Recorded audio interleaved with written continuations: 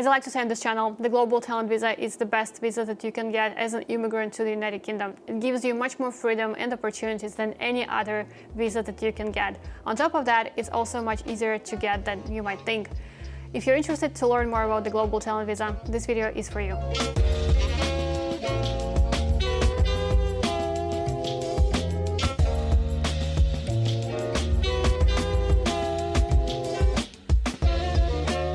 Hey everyone, my name is Nadia. I'm a software engineer living and working in London. I moved to London on a skilled worker visa and was recently endorsed for the Global Talent Visa. And in my earlier video, I talked about the criteria that you need to meet in order to get the visa. More specifically, the fact that the criteria are divided into mandatory and optional. So in my earlier videos that now appear on your screen, I talked about the way you can fulfill the mandatory criteria and qualify for the Global Talent Visa. If you missed those videos, please make sure to check them out. They have a lot of valuable information that you surely need to know if you're planning to apply for this visa. But today I want to focus on the optional criteria, the first criteria, the criteria about innovation. So what is innovation and what does stagnation mean when they say that you need to prove that you have done something innovative? So unfortunately, they don't really give a precise definition of what they mean by innovation.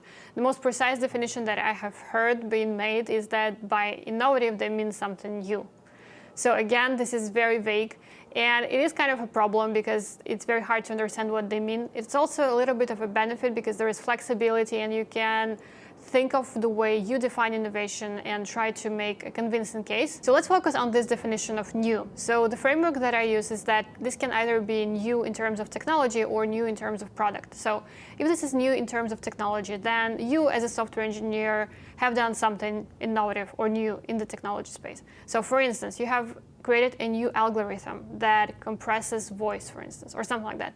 Maybe you have developed a new framework, maybe you have created a new database, or you have designed and architectured a new technical way to solve a problem, and you can make a case that this is something new that hasn't really been done before and is something innovative for the space. And then number two is something that is new in terms of product. So it means that you have created a product that didn't really exist before.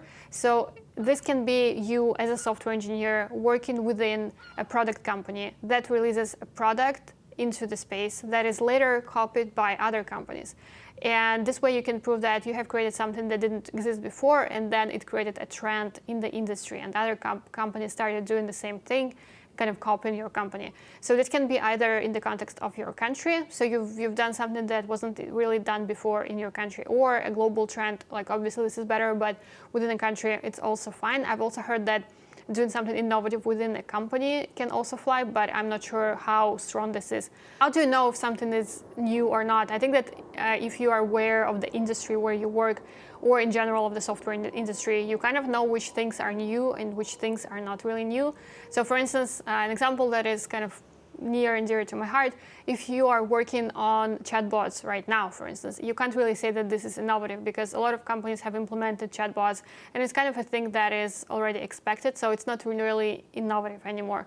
But if you were applying for the visa, for this visa 10 years ago or 7 years ago, and you were working on chatbots in one of the companies that were first building this product, you could say that the product that I'm working on is innovative. It has not existed before, and we are now seeing the beginning of a trend of all the companies around the world building this thing. So I hope this helps you to think of whether the thing that you're building right now is innovative, or whether you can prove that either the product is innovative or either the technology is new. So once you have analyzed your work and you have determined that you have actually done a couple of innovative things, so first of all, congratulations, and then you need to understand how do you actually prove the fact that you have done it to the technician, which kind of document you can submit it to with your application to prove that you have done it.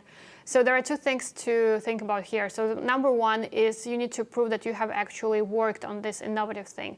And there are various ways you can do it. So people submit like a summary of their commits from GitHub or from Bitbucket or whatever, or a screenshot of like a part of an architecture diagram or a blog post or some kind of tech plan, something that proves that you yourself have done some work and you have contributed to this specific innovative thing.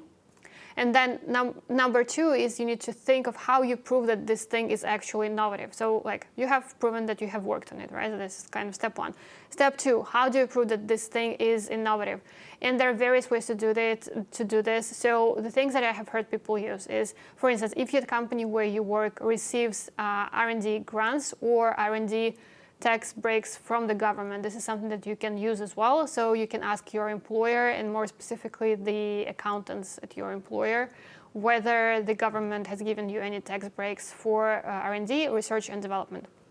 Then if you have your own startup and you are planning to apply with your startup as proof of innovation, if you have received any government grants for innovation, and there are organizations around the world that kind of give out grants specifically for innovative startups, you can use this as proof, or maybe an award for an innovative business. So basically anything that mentions how your business idea or your technology was innovative in some way.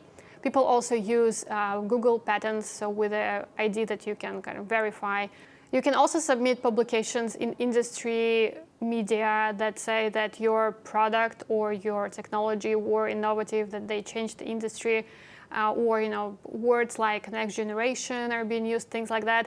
This is something that you can use as well. You can also submit a detailed explanation written by you, by what exactly was this thing, why it was innovative, and then ideally you need somebody from outside yourself to prove that this was innovative. So it wasn't just you saying that this was innovative.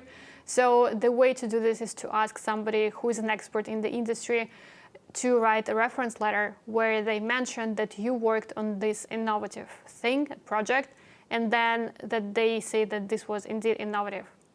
Also, if you do have a startup that is innovative, you should also submit information about your startup's financials, and to prove that this is actually a financially successful startup that is making money not just for you to survive, but it's kind of making more than that. So you can submit information about traction, revenue, and also projected growth and projected revenue. So this was an overview of the optional criteria number one, the innovation criteria. From what I know, it's one of the hardest criteria to prove because there is no precise definition of what is innovation. And I have heard a lot of people getting refusals on their visa because the assessor, so the person who is reviewing your documents, they might say that, okay, this thing that you think is innovative isn't really innovative in our opinion. And it's very hard to argue with them because this is so subjective. And I think that if you have a really strong case for innovation, then you can go with this criteria and kind of submit your documents to prove this criteria. However, if you're not really sure whether your achievements are innovative enough, I think that the easier criteria to prove would be the criteria number 3, which is the significant contribution criteria. I will talk about this criteria in one of my upcoming videos, so if you're interested in that, please make sure to subscribe. If you have any questions at all about the criteria that I've mentioned, the criteria from the previous videos, or in general about the global talent visa, please make sure to ask them in the comments below. If you have more private questions and you want to receive more personalized help, please go to my website betelhope.com/talent and I will get you sorted. Thank you so much for watching this video. I'll see you in the next one. Bye!